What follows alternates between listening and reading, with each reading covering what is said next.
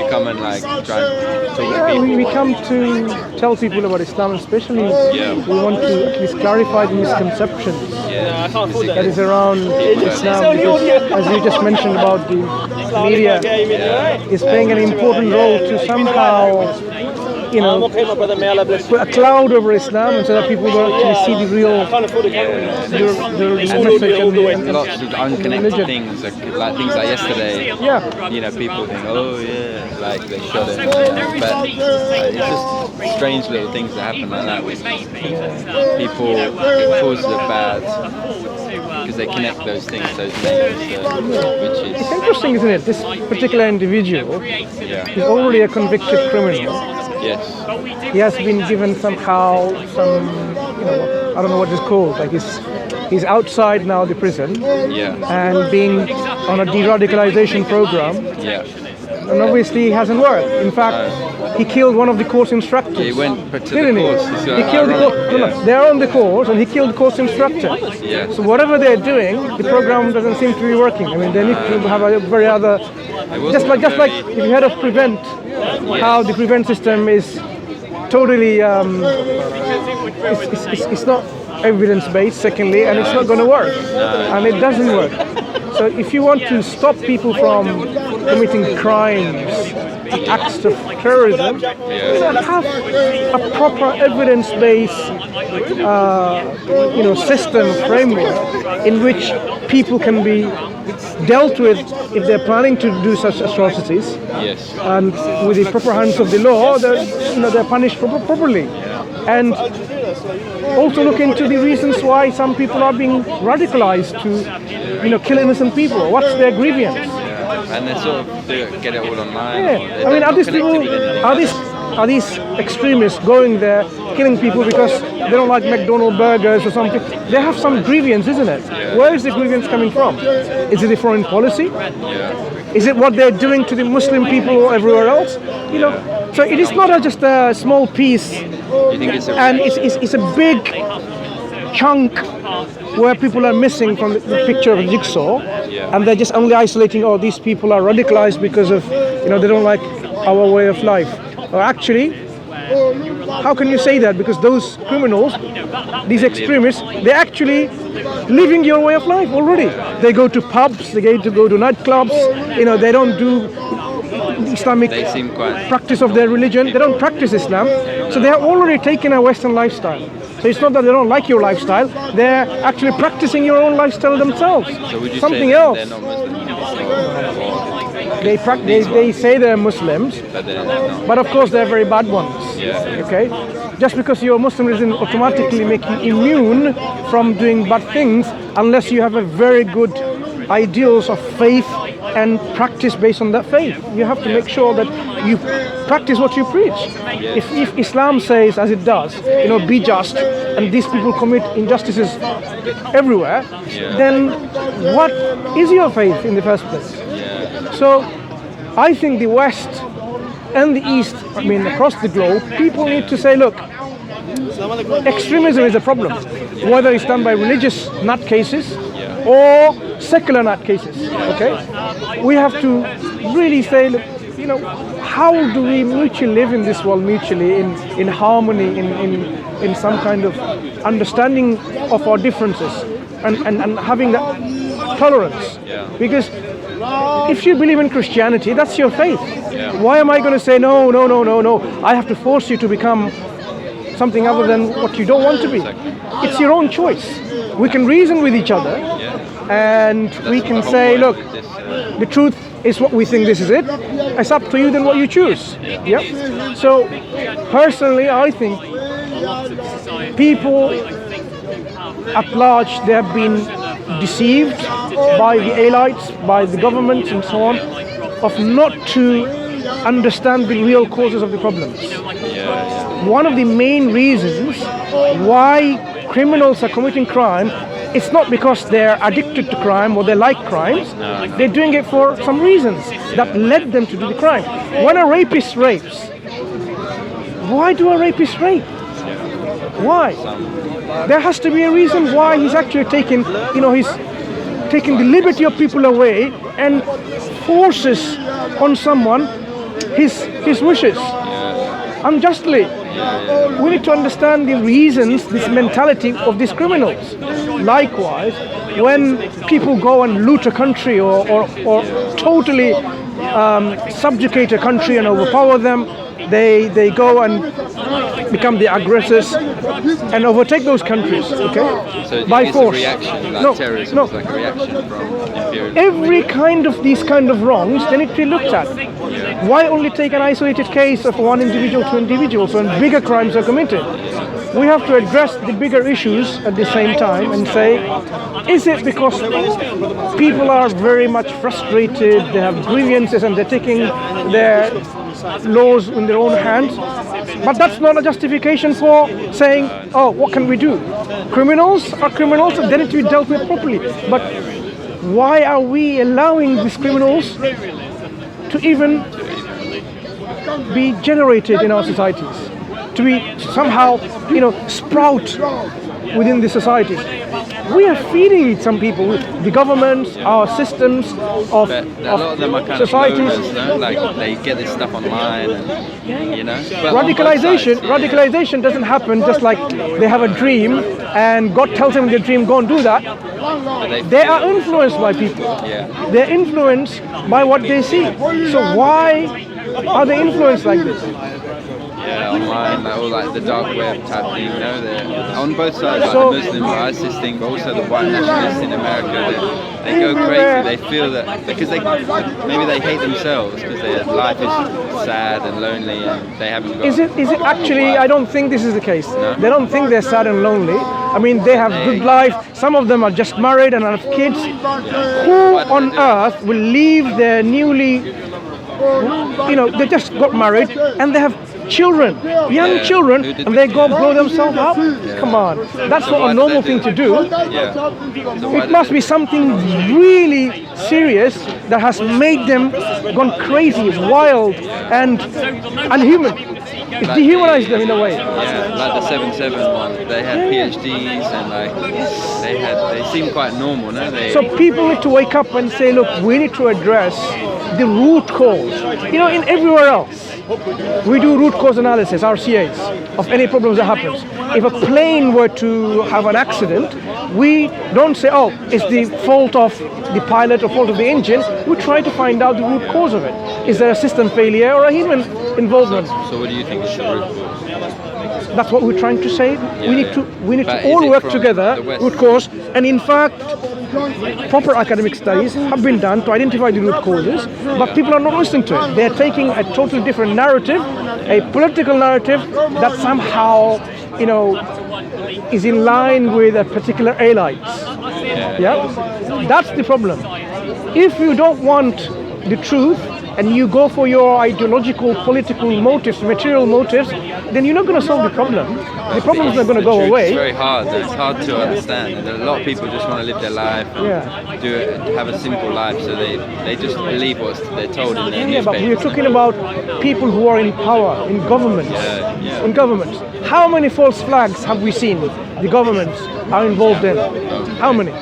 If the governments themselves are part of the problem, many, then how do you expect people to have any trust in their governments? There has to be this accountability. So that's why if you think about now Islam, that we want to say, look, if you think about Islam, leadership is such grievous duty that it's not something that one should want, but it should be given to people or person who is well deserving and capable of. So if somebody says, I want to be the leader of the government, then okay, he's in some kind of greed that he has, or she, whatever that might be. If you go back and look at Islamic civilization history, when we had leaders of the Muslim lands, they went in disguise at night time. And they went to see how the people, common people, were living. What were their complaints? What were the complaints? What were the people saying all these things? When Umar bin al-Khattab was going to take over Jerusalem, the keys to Jerusalem to be handed over to him, because Muslims have conquered Jerusalem. Do you know how he went there? Did he went with this luxurious army of people and all this, artillery and the military and so on? No, he had one companion with him, who was the servant, the undertaker, and one mount, whether it was a horse or a camel. This is a vehicle of transport at that time. One. And do you know how they traveled? They chose between themselves to ride the animal in turns. So the servant will go up, and the leader of the world, Muslim world at that time, we're talking about the early Islamic history. Umar bin al-Khattab. And he would be taking the rope of that animal and walking alongside with it. And while his servant is on the mount. When he reached Jerusalem, it happened to be the turn of his servant to be on the mount. Now, what would a normal, this is what you expect, leader of a country would do? He says, "Oh, get down now," because now I need to present myself as the king, as the prime minister, as the the leader of the nation. He didn't do that. He said, "No, it's your turn. You carry on." And they came to the delegation, and the people who were about to hand over the keys, they were addressing the person on the mount. "Oh, leader of the Muslims," and he was saying, "No, the person you want to speak to, that's him." That is what we call the understanding of justice system, and where you don't somehow present yourself like I am the king of the world and that's it. He could have easily done that. But isn't that like, Boris, he goes to the pub, to the schools, and tries to mingle with the people, no? When a leader does that, no? Isn't that similar? No? But which leader do you see? They go in disguise to find out from the common people. But they can't do that anymore. Common people on the street and find out what the worries are. We know, even without doing them, how corrupt some of them are, right? They're all power hungry, material hungry, they're greedy. But does the power not corrupt them? Maybe. So why did the power not corrupt our early Muslim leaders? I'm sure they're corrupt. No. Eventually, at one point, when they became very greedy, and that's why Islamic civilization, in terms of its political entity, collapsed at one point, because they were not involved with implementing justice in the lands. They were not involved in looking after the people. They were looking after themselves in their harems. You heard of their harems? That's what they're doing, wine and women and all of that thing. They corrupted the people and people corrupted them. But in Islam says, no, you need to look after everyone. So we have a system in which you probably realize, even if you're rich, did you know that the poor people have a right over our wealth? They have a right over our wealth, even if we are rich. We have to give 2.5% of our surplus wealth to the needy. It belongs to them. They have the right. It belongs to them. We are obligated to provide this amount of money, and the state will, of course, collect that and distribute it to the poor and the needy. So yes, if you think about it, it's not just because we are rich. That's it. We have to give this money to look after the poor people, because they have a right on our wealth. Our Prophet ﷺ, Prophet Muhammad, he said, "You are not a believer. You are not a believer. You are not a believer when you go fully fed in your stomach, while your neighbor is dying of starvation." He is linking that even that you don't have a believer. You're not even a believer. Like you don't even have this Islamic belief, while your neighbor is dying of starvation and you're fully fed and you're not even looking after them. Yeah? So we have a responsibility even to our neighbors. Doesn't matter who they are, whether they're religious or otherwise, or no religion. We have to look after them. So coming back to these issues, yes, atrocities are happening and we are not looking at the bigger picture. criminals are committing crimes and we are only saying, oh, how did we let these criminals loose? The system is to be reviewed altogether. Why are criminals coming up so early from their punishment system? And then they're committing crimes again. What are they doing in the prisons? Are they colluding with each other to commit a bigger crime? Is that what it's doing? Because the punishment should be in such a way to deter the criminals from committing crime. To give you an example, if someone kills a person and the penalty was $20, do you think it's going to stop people from being murdered and killed? And that was the penalty. If that was the penalty. It's not. Why? Because the punishment is only $20. If a bad person has $40 in his pocket, he will say, I can get away with 2 murders easily. It's not going to stop them. Yeah? But if the penalty is very severe, that your life will be taken away, in return, if you were found guilty, then that criminal will think twice. So our punishment system in many countries is actually something that needs to be reviewed again. I mean, it's not stopping the crime. Death penalty, you want. I'm saying punishment system needs to be severe punishment. In Islam, it provides a framework for people to nurture themselves and grow and become good citizens of the country. So you don't need to steal, you don't need to do these things, crime. And if you do, having all that mechanisms in place, there will be severe punishment. So there are capital punishment, a handful of capital punishments, which are very severe, death penalty. So that the people in the society can live in peace and without fear. Because if a punishment of highway robbery, so I know what highway robbery is. Someone in daylight comes along and kills everyone, does all these things, bad things, raping and butchering and slaughtering, and then goes away, and then police can't say anything. They're just there and they can't do anything. Do you think this is going to instill peace in the people, in the hearts? We used to kill many years ago, but we progressed from that, haven't we? Yeah, but if you think about it, these crimes, if they take place without criminals being punished properly, the people in the society, they're not going to feel safe. You not feel safe to come out on the streets, outside from your homes. So in Islam, there are certain crimes against the society like this is very severe punishment to make sure the society thrives without any fear.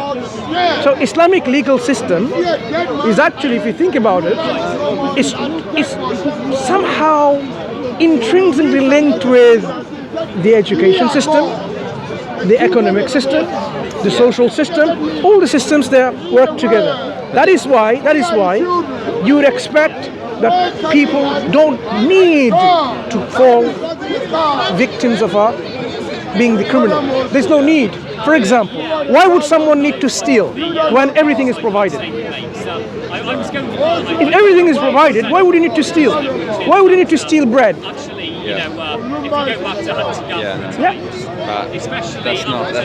So when someone steals, when the provisions are there already, you don't need to, that means something's wrong with that particular individual. So this is just briefly our take on how society today is failing to understand the root causes of the problems. Okay, they need to really look at evidence-based studies and outcomes from those studies and implement those, rather than just look at and adopt a system, draconian systems from a totally people who are anti-certain people and take laws from them and advice from them. Okay, there are many societies like Henry Jackson Society, other right-wing society, they are the ones feeding the narrative and saying you should do this, when they themselves are not giving you the proper analysis, resources, the outcomes and the framework. In fact, they're feeding a particular system for their own good. Okay, so this needs to be looked at by people of sound mind. Unfortunately, this is not happening. Not in the government. Yep. So let's leave to that. The innocent people that is killed by these terrorists. Our thoughts and our prayers for them. That they have patience, and it should be a wake-up call that the extremists needs to be dealt with properly. Okay. I agree. Yeah. And the grievances needs to be looked at rather than saying, okay, let people have grievances and let people commit crimes and then we'll look at it afterward. No, look at the root causes. Good. Okay. I need to go now. Yeah. Nice to talk to you. Very interesting. So, from an Islamist perspective, because you have to go, we don't believe Islam is a new religion. Islam is the religion that God has always wanted people to follow. Jesus Christ, to us, is a Muslim. He came with Islam.